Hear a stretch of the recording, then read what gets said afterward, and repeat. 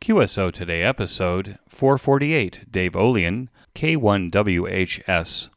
This episode of QSO Today is listener-sponsored. Only you can keep the QSO Today podcast coming to you every weekend since 2014. Please become a listener sponsor monthly or annually by clicking on the sponsor banner on the show notes page or at the top of the QSOtoday.com webpage. Welcome to the QSO Today podcast. I'm Eric Guth, amateur call sign 4Z1UG, where I demonstrate the diversity and relevance of the amateur radio hobby and its impact on society by interviewing ham radio operators, many of whom played vital roles in shaping our technology through the amateur radio hobby. And while many people might say, ham radio, do people still do that?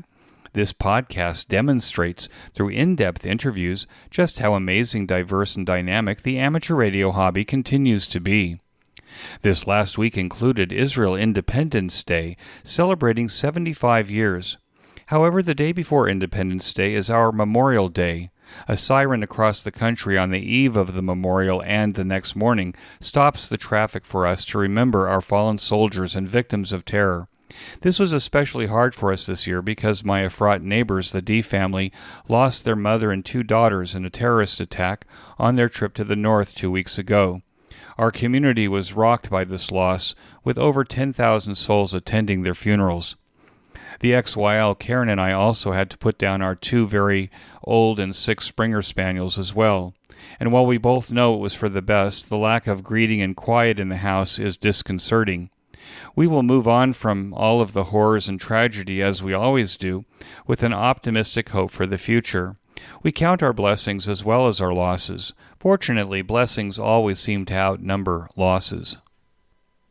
Dave Olean, K1WHS, and his brother started with modest and simple surplus and homebrew VHF rigs, modified and upgraded over a long period of time to operate EME, or moon bounce, meteor scatter, and bouncing signals off the aurora borealis. Dave demonstrates that one can make a ham radio career out of a very modest equipment to solve complex problems leading to real expertise. K1WHS is my QSO Today. K1WHS, this is Eric, 4Z1UG. Are you there, Dave? Yes, sir, I am. Dave, thanks for joining me on the QSO Today podcast. Can we start at the beginning of your ham radio story? When and how did it start for you? Oh, boy, that goes back a long time. I was a kid, probably 10 years old. I have a younger brother, and he somehow got into reading Popular Science or one of those magazines, and there were some articles about radio, and he got interested in it. And he'd be springing these little words on me that I didn't know, like modulator. And I didn't know what he was talking about, but eventually we got interested in it together. And we had no outside influence. It was just the two of us. And so we nurtured each other, I guess. And, a year or two went by, and we bought a walkie-talkie kit out of an ad in Boy's Life magazine. And, of course, when you're kids, back then, there was no internet, there were no smartphones. We weren't surgically connected to a telephone or anything, and we had plenty of time on our hands. We couldn't get the walkie-talkie to work for almost a year. And then one day, I don't know which one of us was puttering around in there, and it was a Super Regen receiver, and one day it just burst into life from something we did.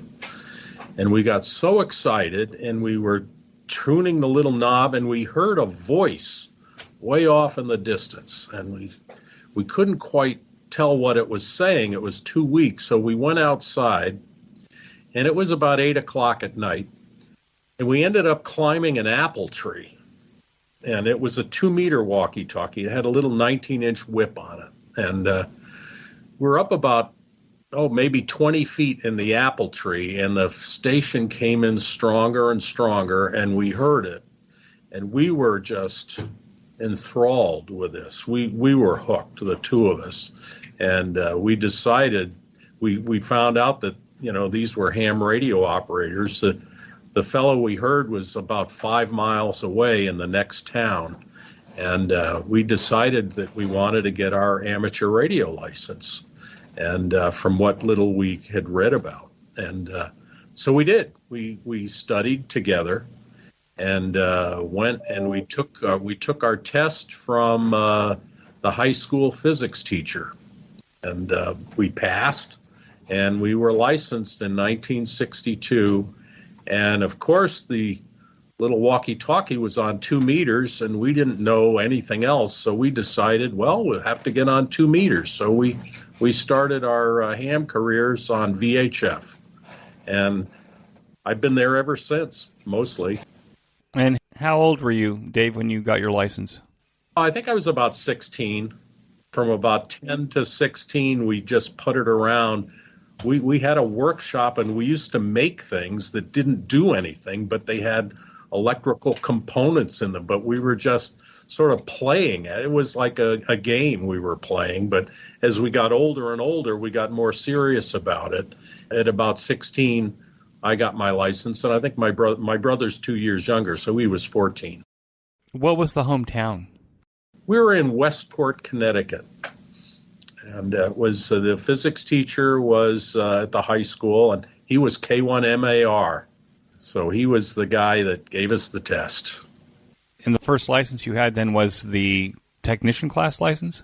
Yes, it was a technician class license. There was a 5-word per minute code requirement, and the test was the general test. So the difference was a slower code speed, 5 versus 13 for the general. But I guess you could get your novice then, and we did not get the novice license because it only lasted for a year, and we thought, well, gee, this is 5 years, so I think it was 5, maybe it was 10 years, I can't remember. But anyway, we took the technician test.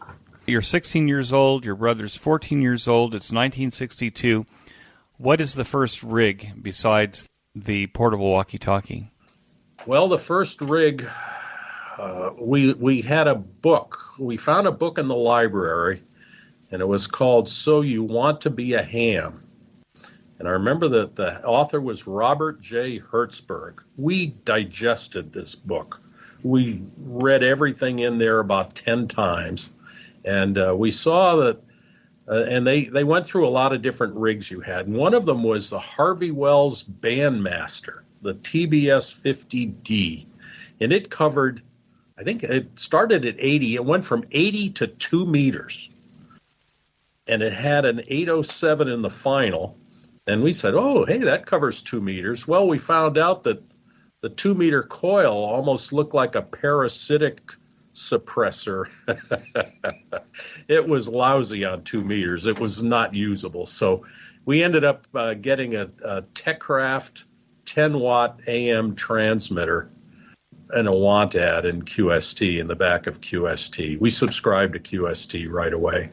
What was the receiver?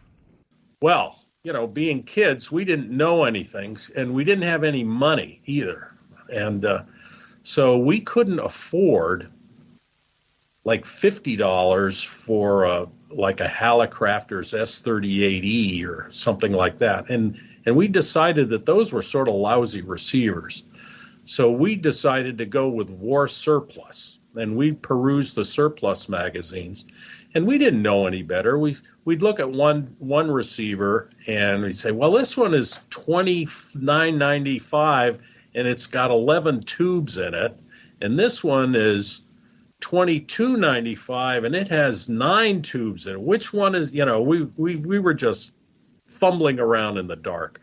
But I ended up getting a War Surplus Bendix aircraft receiver made in 1941, and we used that as the IF for a converter for 2 meters. And so it was War Surplus. And I remember we started out, we had a car battery that ran it. So we had a dynamotor, and it was whizzing in the background. It was a different time for sure. But it sounded to me like you guys were like building expertise just from this trial and error in order to get yourselves on the air.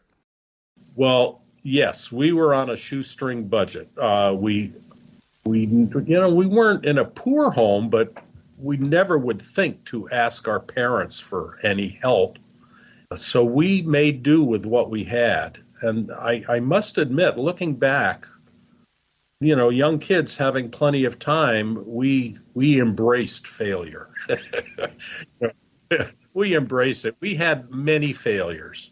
And but out of those failures, we learned. And eventually, I know within 2 years, of when we were first licensed, we had a kilowatt on 2 meters, and we had 4 Yagis, and we had a 7788 homebrew converter with a very low noise front end. I mean, we did a lot. We did a lot then, and I'm sort of amazed at what we did. But it was because we had a lot of time, and we had the interest, and we had plenty of time. What was the operating mode that you were doing then? Well, we started AM, and then we were actually early converts to single sideband. In Connecticut, we were probably one of the first stations on VHF single sideband. And there were so few sideband stations, I remember that when the band opened, we would have to go back to AM to work people because many stations couldn't copy sideband. They all had Gonzit communicators or something. They had no BFO even, so it sounded like mush. So, yeah, when the band opened, we had to go to AM. And what did you find? I'm curious, because we meet a lot of technicians who go to the small FM portable radio hoping to work people on the repeaters. And we don't think a lot about, especially as new hams, and maybe even today, that there are a lot of people who are on AM or single sideband now or CW on 2 meters. You think of those as HF modes. How did it feel and look in those days? Well, we were early subscribers to QST. We joined the ARRL and we got QST, and we fell in love with the VHF column. And it was edited by Sam Harris, W1FZJ. And I never met Sam. I wish I had. I've met people who were friends with him, but I've never met him. But Sam Harris constantly was prodding and cajoling and telling people to improve their stations. And every month there was a lesson to be learned when you read the VHF column. One of his witty sayings was, if your antenna survived the winter, it wasn't big enough. And people are still saying that. Like when their tower fell down, they'll say, well, I guess it was big enough. But that refers back to the saying that really originated with Sam Harris and his column. And that's, we just ate that up. We learned that you wanted to eliminate losses, and I guess we were pretty technical. We just had this curiosity to get into the inner workings of things, and we just worked on improving our setups.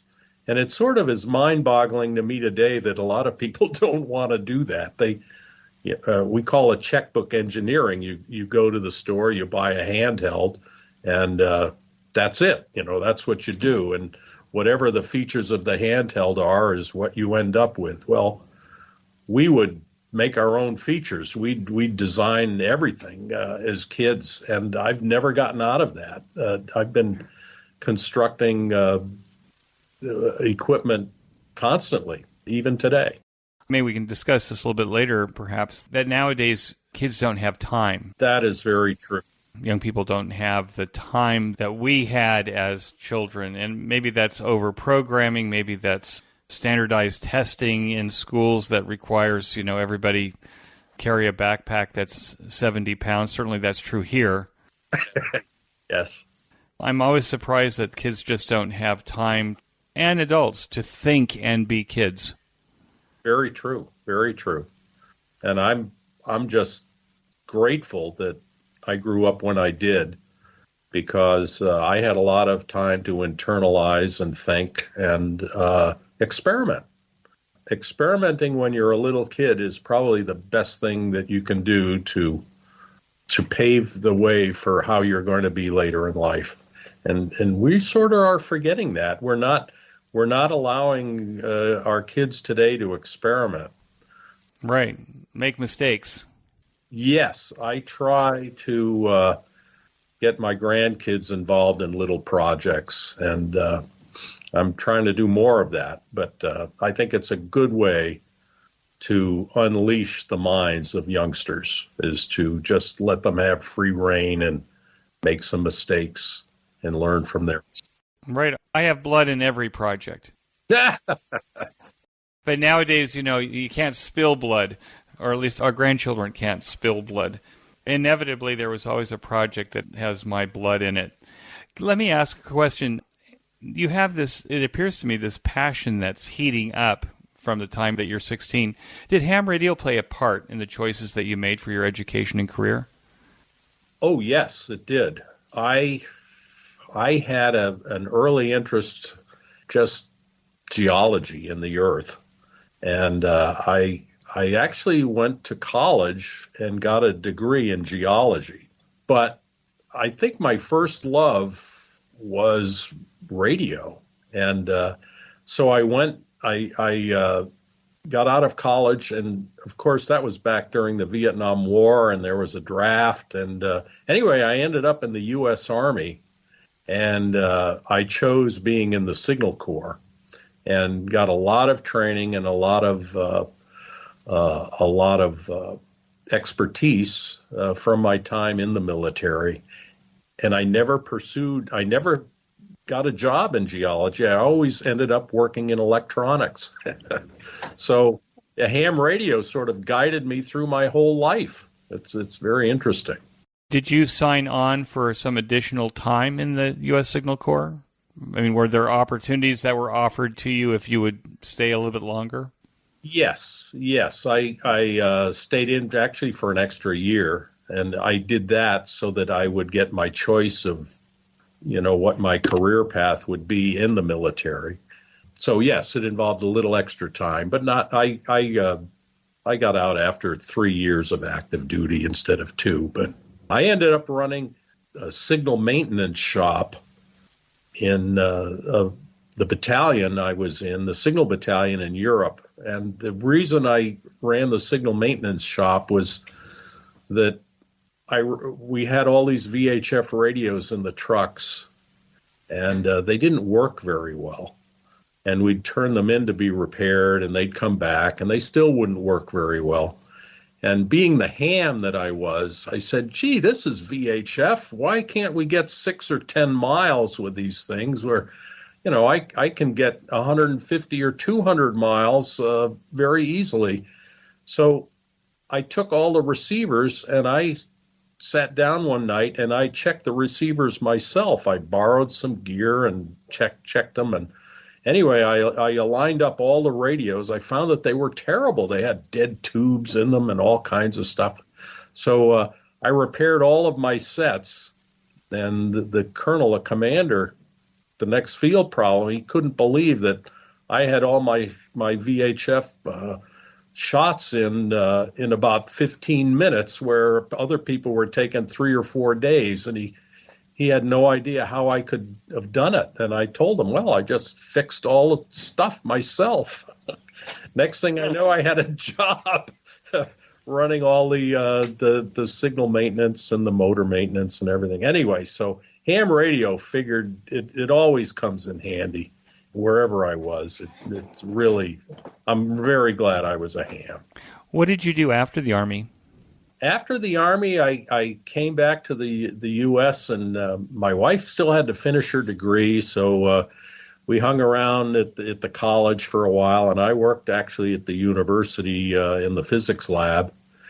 And I was doing a lot of ham radio and moon bounce at the time. I guess people at Cushcraft Corporation saw what I was doing, and they offered me a job in their antenna lab. And this was, I don't know, in the, 70s, I guess, in the late 70s, or maybe around 1980.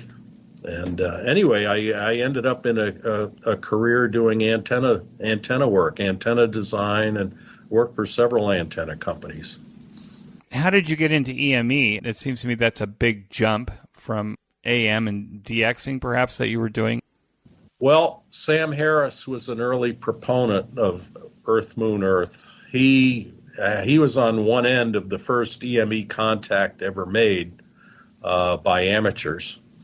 And he used to call W1BU, but many of his columns were devoted to EME. So I figured, well, gee, that's something I can strive for.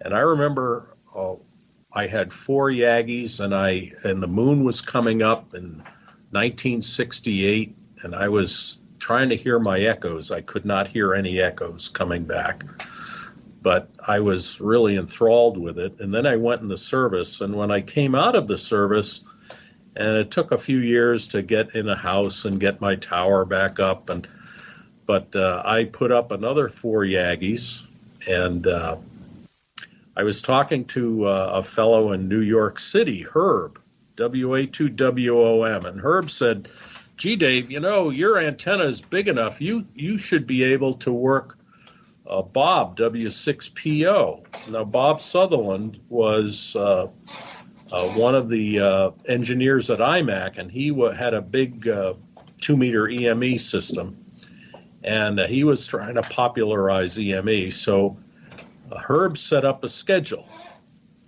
and I dutifully got on, and I was calling W6PO, and at first I didn't hear anything, but then after about 15 or 20 minutes, all of a sudden in my headphones I start hearing my call letters, and I never got over the feeling from that. I got so excited, and the adrenaline, I think about 1.5 gallons of adrenaline went into my system, and I could not function. I was a deer in the headlights. I didn't complete the contact because I didn't know what to do, because I was so excited. It was the most exciting thing I ever heard in my life. And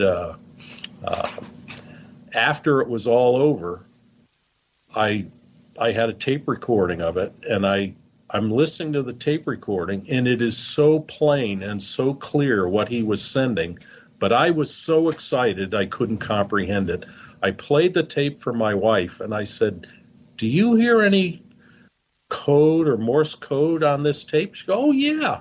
And she told me exactly what it was. She's not a ham. She doesn't know anything about it, but it was strong enough that she could hear it very plainly and clearly. But I was so darn excited and so full of adrenaline that I couldn't even copy it. I was just beside myself. It was the most exciting thing that I've ever heard. Was the mode CW for EME in the beginning?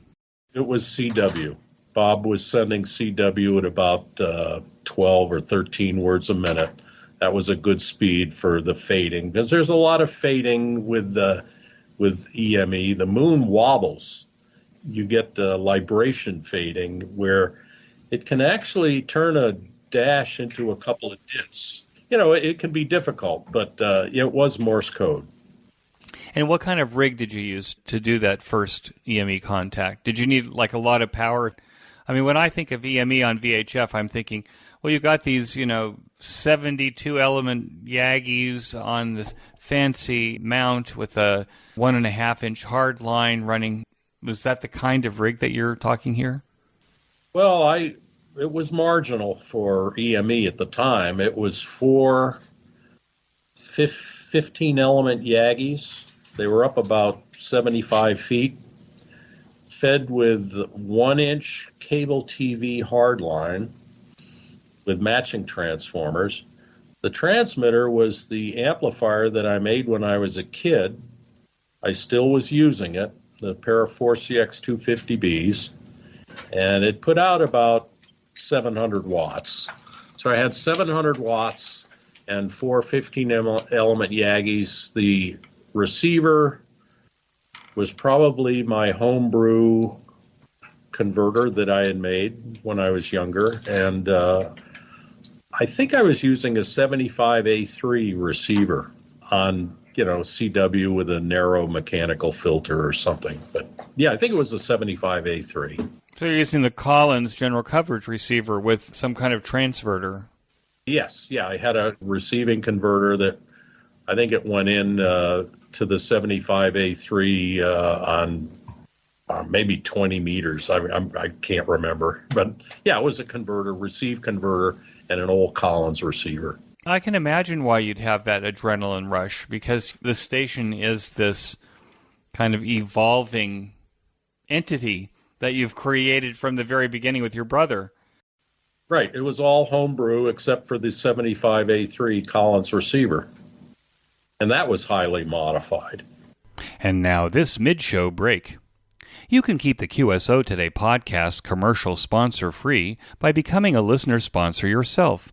For $10 a month or save 20% at $100 per year, you can become a listener sponsor. I am now recording the QSO Today podcast as video interviews that are available only as a benefit to listener sponsors through our QSO Today community website. The benefit of listener sponsorship as an alternative to commercial sponsorship is that commercial sponsors influence the content and comments in the podcast. Commercial-free allows a greater degree of freedom to discuss any ham radio subject without commercial consequence. I have eliminated all commercials in the QSO Today podcast from episode 445 with the exception of the Ham Radio Workbench podcast, as I think it is a serious asset to a well-rounded ham radio education. I am not using Buy Me a Coffee or Patreon, but my own system for managing the community that could form out of the podcast. I direct you to the sponsorship section of the show notes pages beginning with episode 444, where I list all of the contributors to the podcast since 2014, including sponsors, donors, and hams who have paid for transcriptions. There is a new section where I list the most recent sponsors and donors over the last 30 days. This list is generated automatically from my membership system. I want to thank Bob Vinacore, W3CFE, my guest last week, for his generous donation of $180, and Daniel Douglas, N6XQX, for his $100 yearly sponsorship. Our funding model is now value for value, where you trade with me your time, talent, or treasure that you think values the benefit of the QSO Today podcast to you. If sponsorship is not of your interest, then you can make any size donation to the podcast by clicking on the donation button on the QSO Today podcast website at qsotoday.com. There is a slider that you can use to adjust the amount of your donation. If you want to make your donation monthly, click on the recurring donation box. It is the recurring donations that keep the lights burning here. Finally, you don't have to contribute anything to listen to the QSO Today podcast, as it comes to you free of charge. You can use, though, my Amazon affiliate link before shopping at Amazon by clicking on it on the right side of the show notes page. This will signal Amazon to send us a small percentage of what you purchase. This is the most painless way to ensure that QSO Today will be here next week. I want to thank everyone who has contributed and will contribute to my effort to create this oral history of amateur radio since 2014. It will eventually all be in the public domain for hams in the future to enjoy. Please become a sponsor or make a donation today. And now back to our QSO Today. I read someplace that you have something like 7 towers and 83 antennas on top of a hill in Maine. So obviously you made a commitment to the hobby and to operating VHF, UHF, and microwave. What happened after that? Well, again, there were many failures, and I'd rebuild after the failures. And eventually, I built a dedicated antenna for EME, and I did everything right. Again, experience from failures is probably the best that you can do. Best that you can get is the experience from your failures. And I improved the setup, so eventually I was really hearing very well and started contacting a lot of people. And I decided that what EME needed was a really big antenna, like some of the Stanford Research Institute had a 150-foot dish, and they put that on EME back around those times in the 60s, mid-60s, and into the 70s.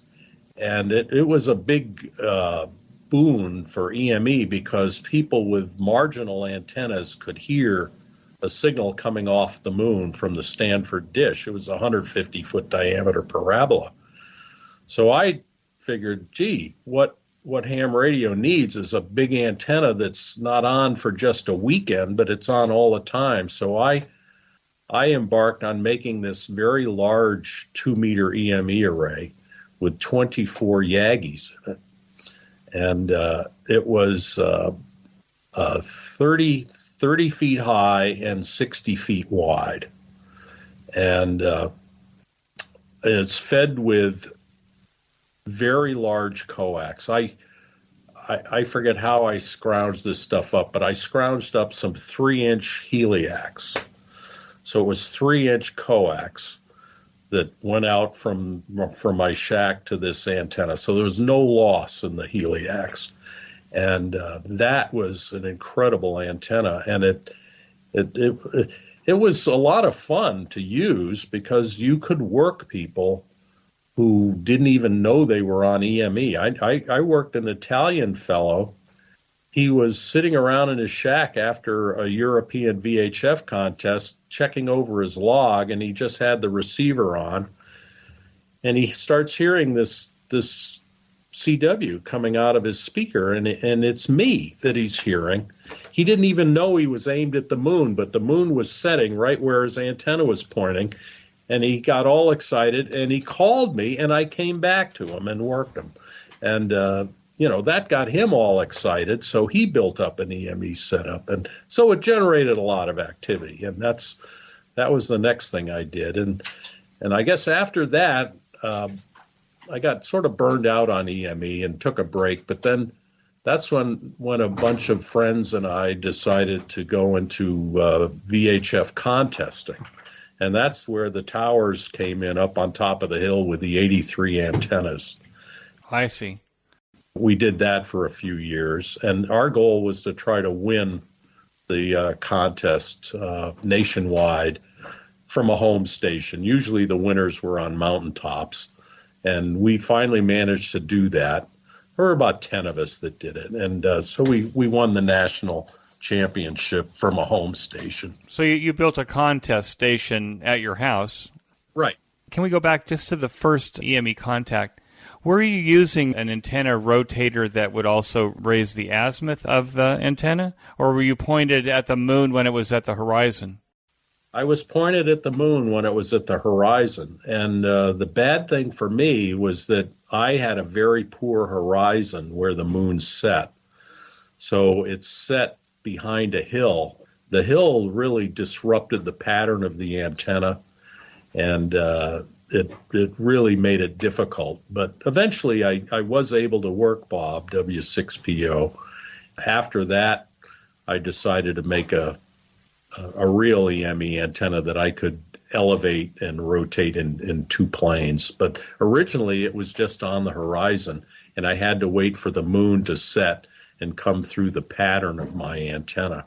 Before we shift gears away from EME, we get new hams all the time who come in with a technician class license. The last QSO Today Virtual Ham Expo, I wanted to focus on these entry-level hams with a technician class license who somehow think or have been told by their quote-unquote mentors at amateur radio clubs that unless they have an HF license or they're on HF, they're really not experiencing ham radio.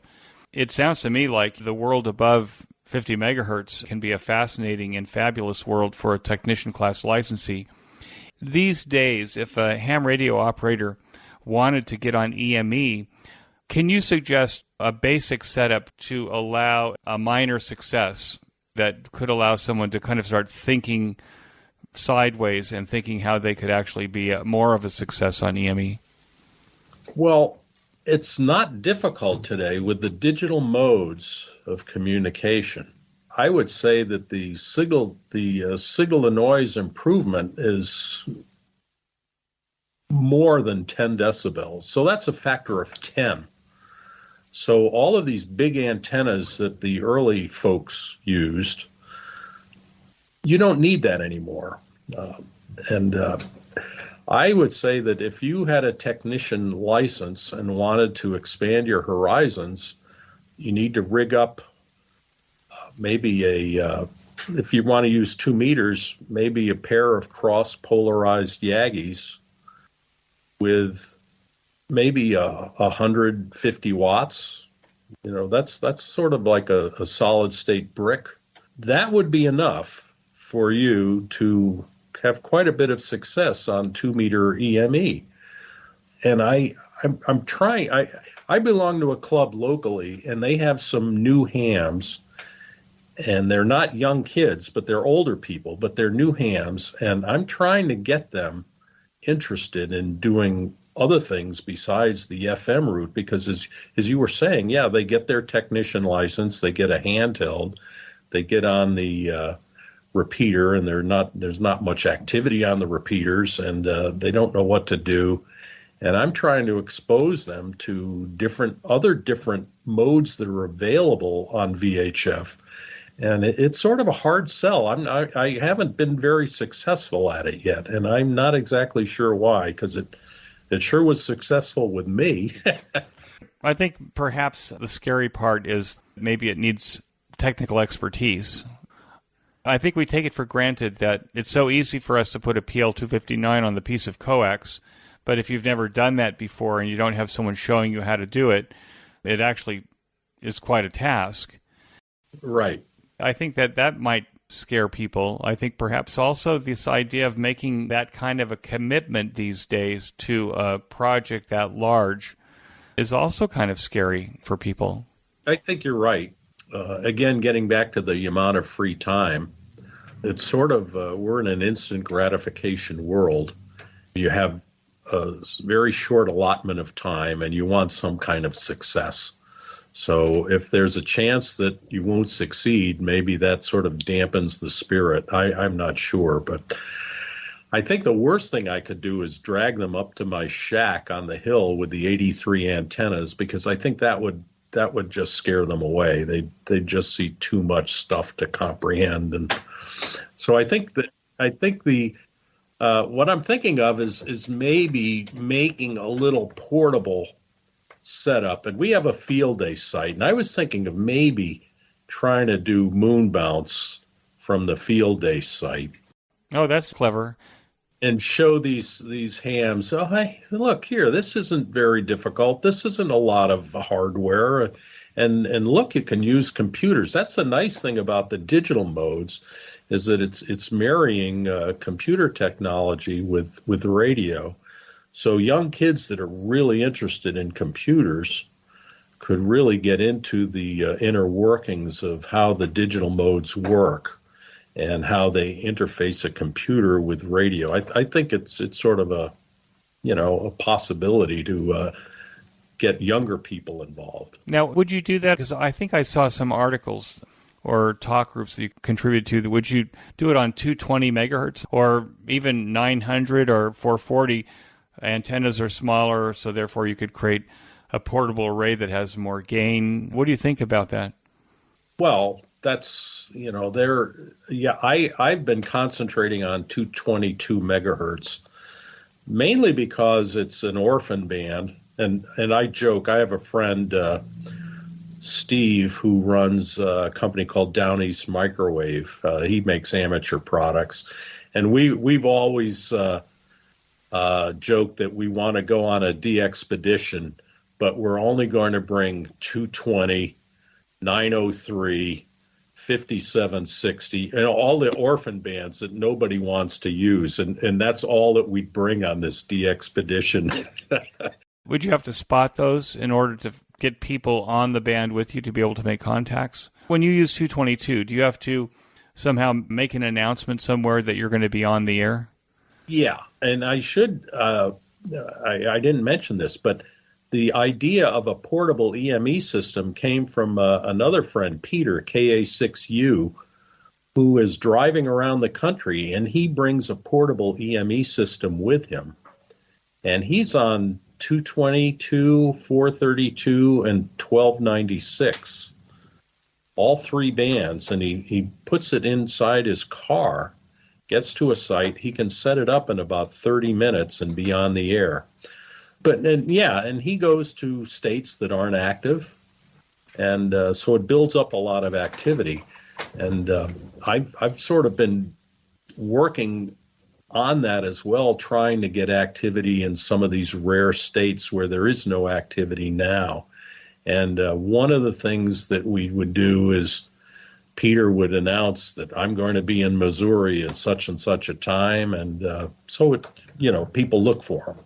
And that's how it works. If you were going to recommend a rig, a transceiver for this activity for someone who's just starting out, new or used, it seems to me that all of the manufacturers made multi-mode VHF, UHF rigs. Do you have something that you might recommend for someone who's thinking about getting into EME or some kind of bouncing modes?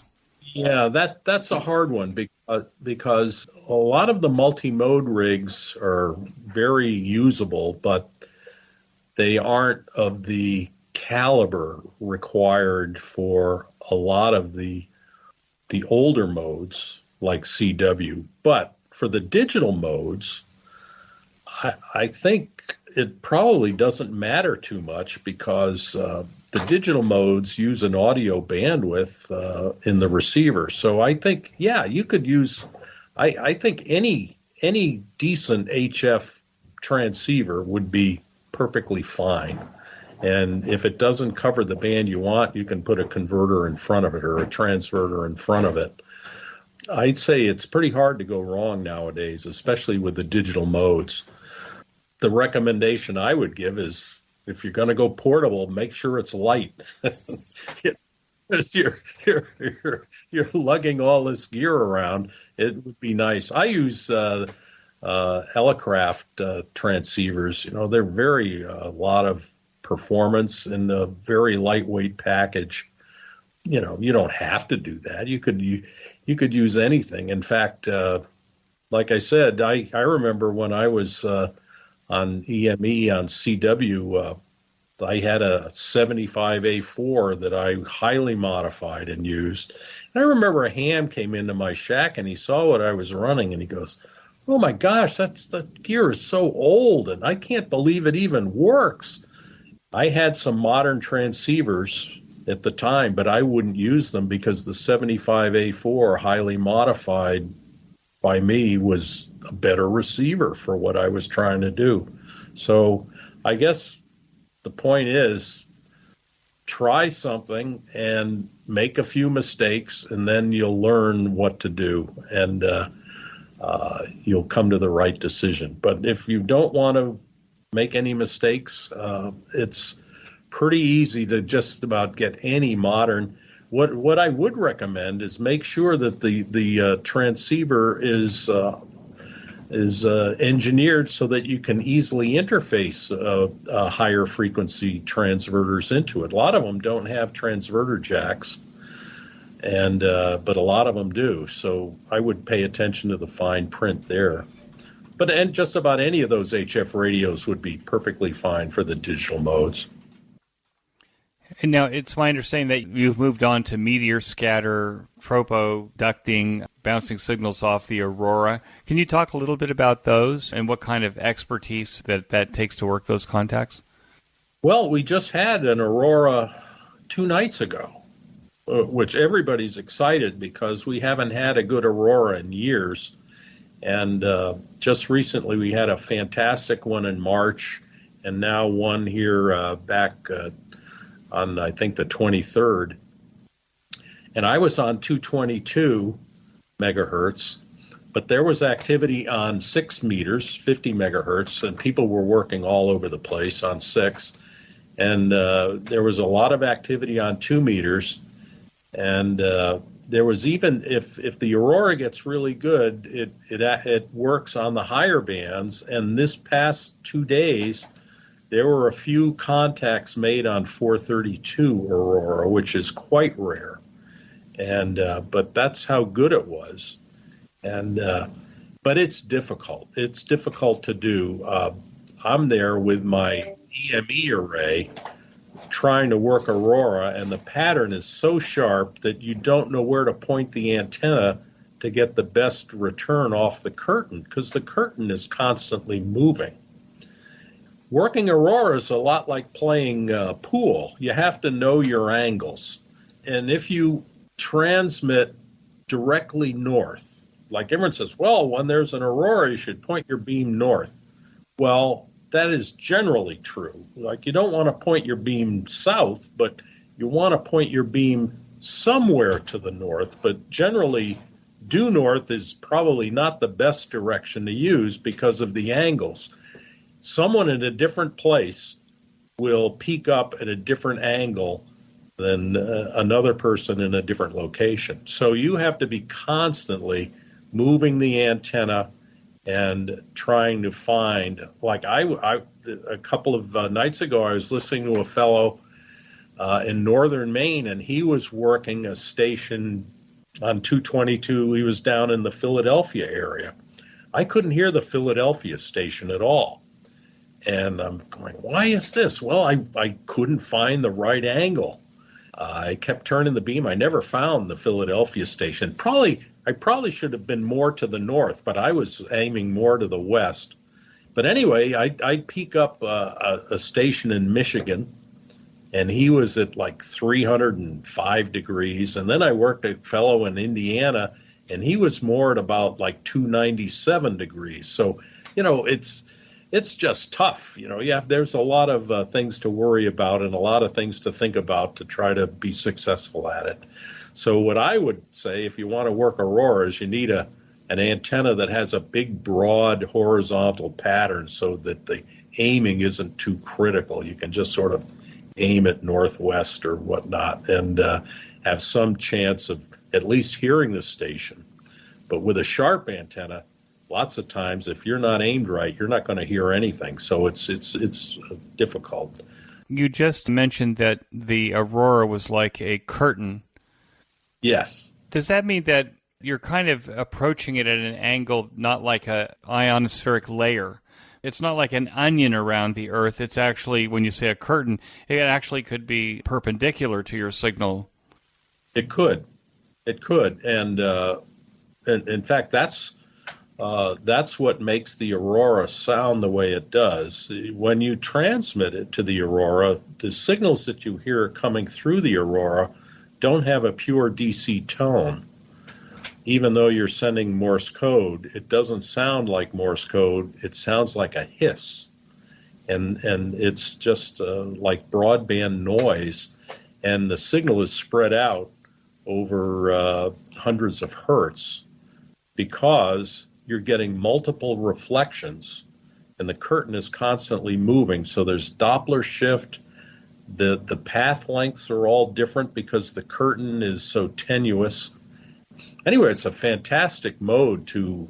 It's one of the things that gets me excited is to think that I'm bouncing signals off an auroral curtain. Is there a way to detect auroral activity? I mean, is there some kind of a detector, receiver I could build that would kind of warn me in advance that there's an aurora opportunity? Yes. Many years ago, this is sort of funny, I made a magnetometer and buried it out in my garden. So because I was always, I was trying to catch these auroras, but the only data that you could get back in the good old days before we had a robust internet was WWV would have the auroral or the K index. They had the A index and the K index, and the K index would be transmitted, I don't know, 18 minutes after the hour or something like that. And then when they got sophisticated and it was put on the web, you could look up and see what the K index was, but it was only updated every 3 hours. So it was okay, it was an indicator, but you didn't know what was going on in real time. There was a 3-hour delay. So I ended up building a magnetometer and burying it out in my garden and running the cables in, and I had the Earth's magnetic field in graph form on a laptop that ran constantly. And it was in my shop. I had this little antenna company, and the UPS driver would come in every afternoon, and he'd look at the K, my little magnetometer, and he'd just shake his head. He thought I was wacko. He thought I was a crazy dude. But that was a great way to do it. But now there's a lot of that data is on the internet, and there's satellites that are at the Lagrange points. They're well away from the Earth, like 60,000 miles away, and they're recording all the solar, the solar wind speeds and the magnetic strength of the field, and they detect that probably a half an hour before the actual plasma hits the Earth's magnetic field and generates the aurora. So you have a little bit of a hint of what's going to happen in the next few minutes from looking at this data. So you can go on the web and learn everything you want to know about the sun and the solar indices and the solar wind speeds and the magnetic component. And once you get familiar with that, you can just check the internet and tell. In fact, I was just conversing with a couple of hams this morning about which ones were the best to use, and the closer to real time you get, the more valuable the information is, I think. So there's plenty of ways to find out, mainly on the internet. I want to take a minute to tell you about my favorite podcast, the Ham Radio Workbench Podcast, with George, KJ6VU, and now joined by Rod, VA3ON, Mike, VA3MW, Mark, N6MTS, and Vince, VE6LK. Every 2 weeks, George and company offer up a status report on the many amateur radio projects on their workbenches and explore projects on their guests' workbenches. This group is project active and prolific, covering many technical areas of amateur radio. So the next time you want a deep dive into ham radio electronic project building, or to learn about technology, tools, test equipment, construction techniques, and the rest, listen to the Ham Radio Workbench podcast, available on every podcast player and channel. Use the link in this week's show notes page to get to the Ham Radio Workbench podcast directly. And now back to my QSO. It seems to me that you've kind of discovered through your ham radio career that ham radio is a very interesting springboard to launch into expertise in areas kind of that are outside of the building and manufacturing of radios. You talked a little bit about how you had a first degree in geology, but it seems to me that amateur radio, it could touch just about every discipline. What do you think about that? Well, I think so. Amateur radio, or maybe the electronics that you learn along with amateur radio, it's interwoven with everything now. For example, if you're talking about aurora and use of a magnetometer, but you're also now talking about solar winds, there are websites for measuring solar wind energy. Just all of these sites on the internet that you could monitor in order to be able to put that information together to allow you to make a contact on aurora. I just think it's fascinating that we have this, we develop all this expertise. Right. What's on your workbench right now? Oh, I have several projects on the workbench, but one of them is I have a bunch of 220 megahertz high-powered amplifiers that I'm converting. I have 11 of them, and each one is 1,500 watts. And I'm adding protection circuits, low-pass filters to them to make them usable.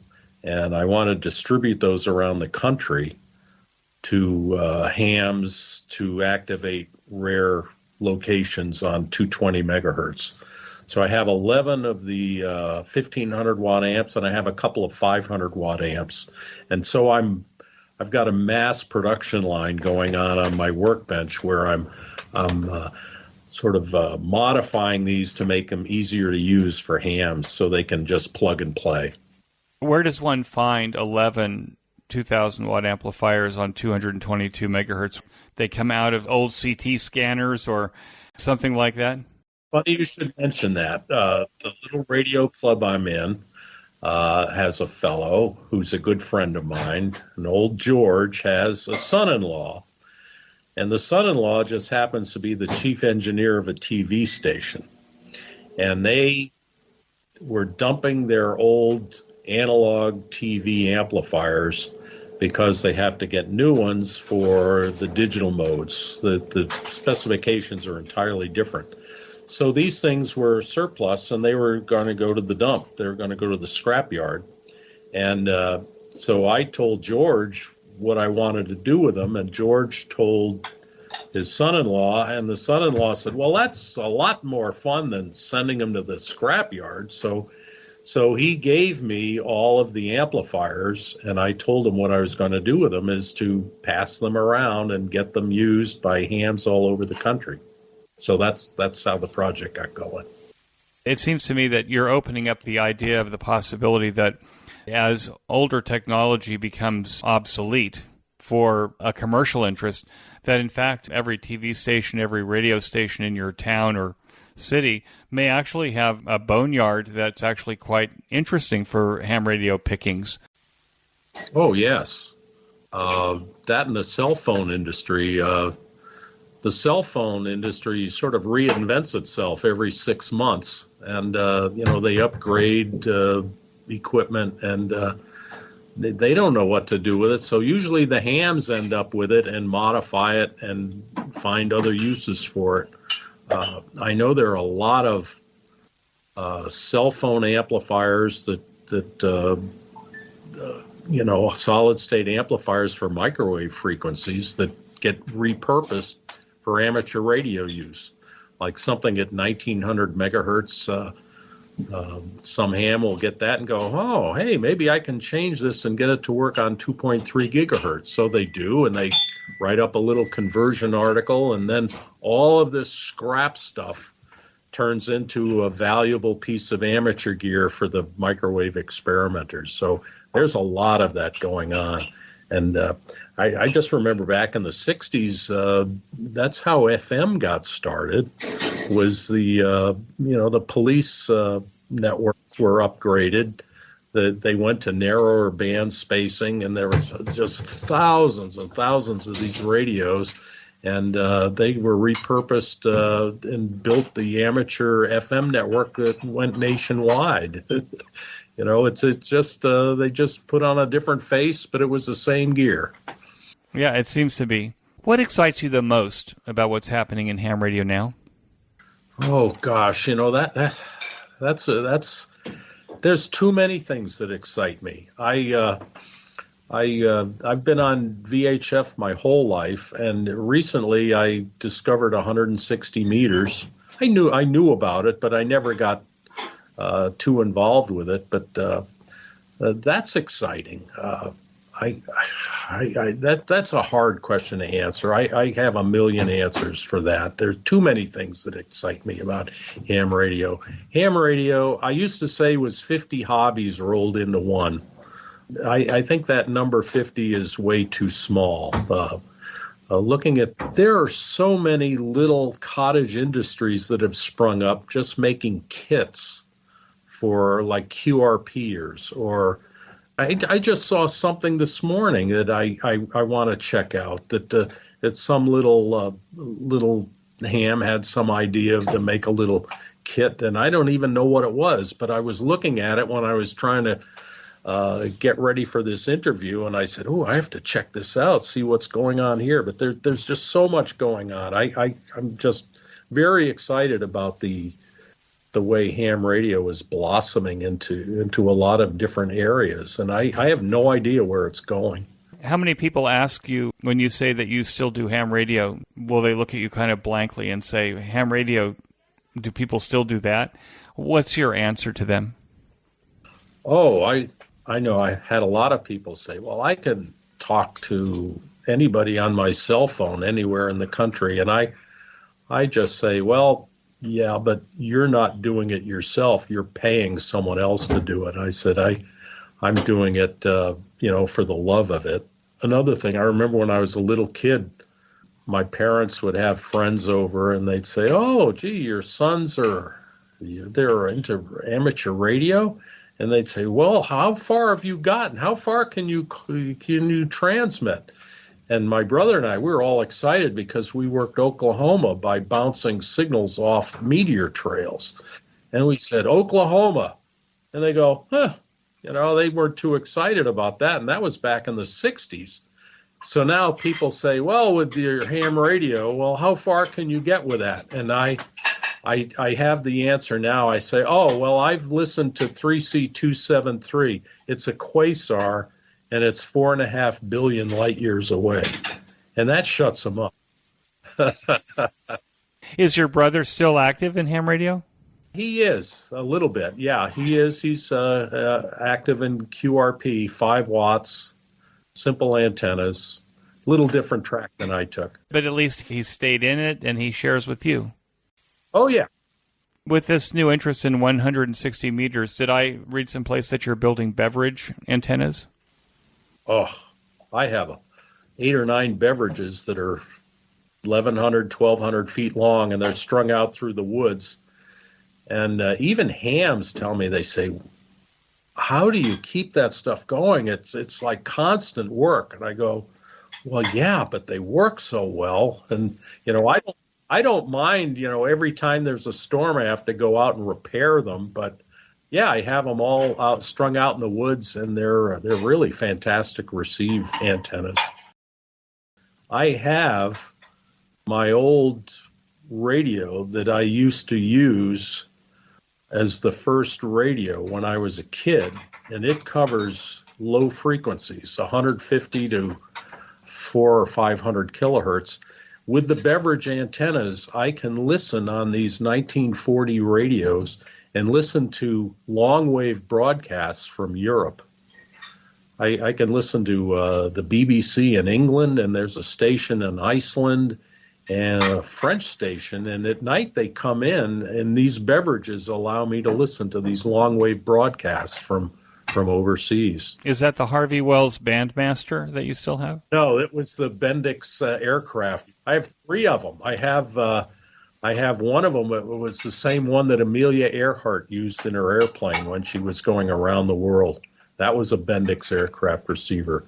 I have one of those running, and then I have 3 total, 3 different ones. Do you have advice that you'd give to newer returning hams to the hobby? That's a good one. It's sort of, I hate to give advice unless someone asks. I'm asking.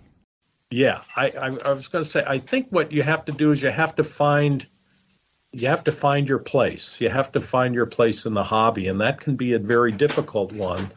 So I think what I would tell people is to be open-minded and to look at things that you don't normally think you would look at, because it's, everything floats everyone's boat a little bit differently. And so be open-minded and be inquisitive. I guess that's my advice. Another thing I tell people is don't scatter your energy everywhere. Focus on something for a while and really try to learn what's going on. I always try one band at a time, like 160 meters. It takes a lifetime to learn about 160 meters. So if you just get on it once or twice, you won't really enjoy it. You won't really come to understand what's going on. So I guess, have an open mind and be inquisitive. Yeah, I like listening to 20-meter CW. If you spend enough time in one place, then you actually start to see how the band works, when it's open, when it's not. Exactly right. In fact, we were talking at lunch yesterday with Dave Mackey and a few other fellows, and we're talking about how AI is going to influence amateur radio. And we're trying to imagine what amateur radio is going to be like in 15 or 20 years. And I think a lot of this knowledge that takes a lifetime for a ham to develop might be more available to hams with less experience because of AI. I think there's going to be a marriage between AI and propagation programs and programs that are telling you how you should be operating, say, in a contest, an HF contest. I just can't imagine what it's going to be, but it's going to be fun to watch. Ham radio operators will be on the cutting edge of building applications that leverage AI for propagation. I think so. I mean, it sounds to me like a fantastic opportunity because, I mean, I look at, well, one of the fellows there at the luncheon, he's just a fantastic contest operator, and he can't tell me what he does. It's all in his head, but he knows that on 20 meters at such a time that there's a good chance there's going to be a long path coming in from, say, Southeast Asia. You know, he knows that, and it's in his DNA, and it's taken him 50 years to get that knowledge, and I don't have it. You know, I have knowledge in other areas, but HF propagation is not my strong point. But just imagine if you had an AI helper that could impart that wisdom and tell you what to do in real time. It's just mind-boggling to me. And that's where we're going to go. Well, the QSO Today podcast is already using ChatGPT 4.0. Okay. To help me write paragraphs, press releases, things like that. But it's my understanding from at least reading about AI that it takes a huge amount of power, more than it takes to mine Bitcoin, in order to create these answers. So it'll be interesting to see how in the next 5 years perhaps the AI engineers figure out how to reduce the power consumption for the amount of processing it takes to make the stuff work. Elon Musk just said in an interview with Tucker Carlson, he says, well, how do we find the AI centers? Tucker asked him. He says, you look for the heat signature from satellites. He says, where it's very hot, that's where the AI centers are. I believe it. Dave, I want to thank you so much for joining me on the QSO Today podcast. I really enjoyed this, and I hope that at some point we'll get to meet, or I'll work you on something that you're on, and that will be terrific when that happens. So I want to thank you so much and wish you 73. Well, thank you very much, and I enjoyed my little interview. It was wonderful. Thank you. That concludes this episode of QSO Today. I hope that you enjoyed this QSO with Dave. Please be sure to check out the show notes that include links and information about the topics that we discussed. Go to www.qsotoday.com and put in K1WHS in the search box at the top of the page. You may notice that some of the episodes are transcribed into written text. If you'd like to sponsor this or any of the episodes into written text, please contact me. Support the QSO Today podcast by first joining the QSO Today email list by pressing on the subscribe buttons on the show notes page. I will not spam you or share your email address with anyone. Become a listener sponsor monthly or annually by clicking on the sponsor buttons on the show notes pages. Your value for value support is recognized on the QSO Today podcast and in the weekly show notes.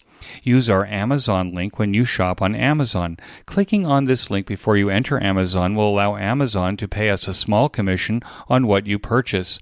This is a very painless way to support the QSO Today podcast. QSO Today is syndicated on every podcast platform, including Spotify and the iTunes Store. Until next time, this is Eric 4Z1UG 73. The QSO Today podcast is a product of KEG Media Inc., who is solely responsible for its content.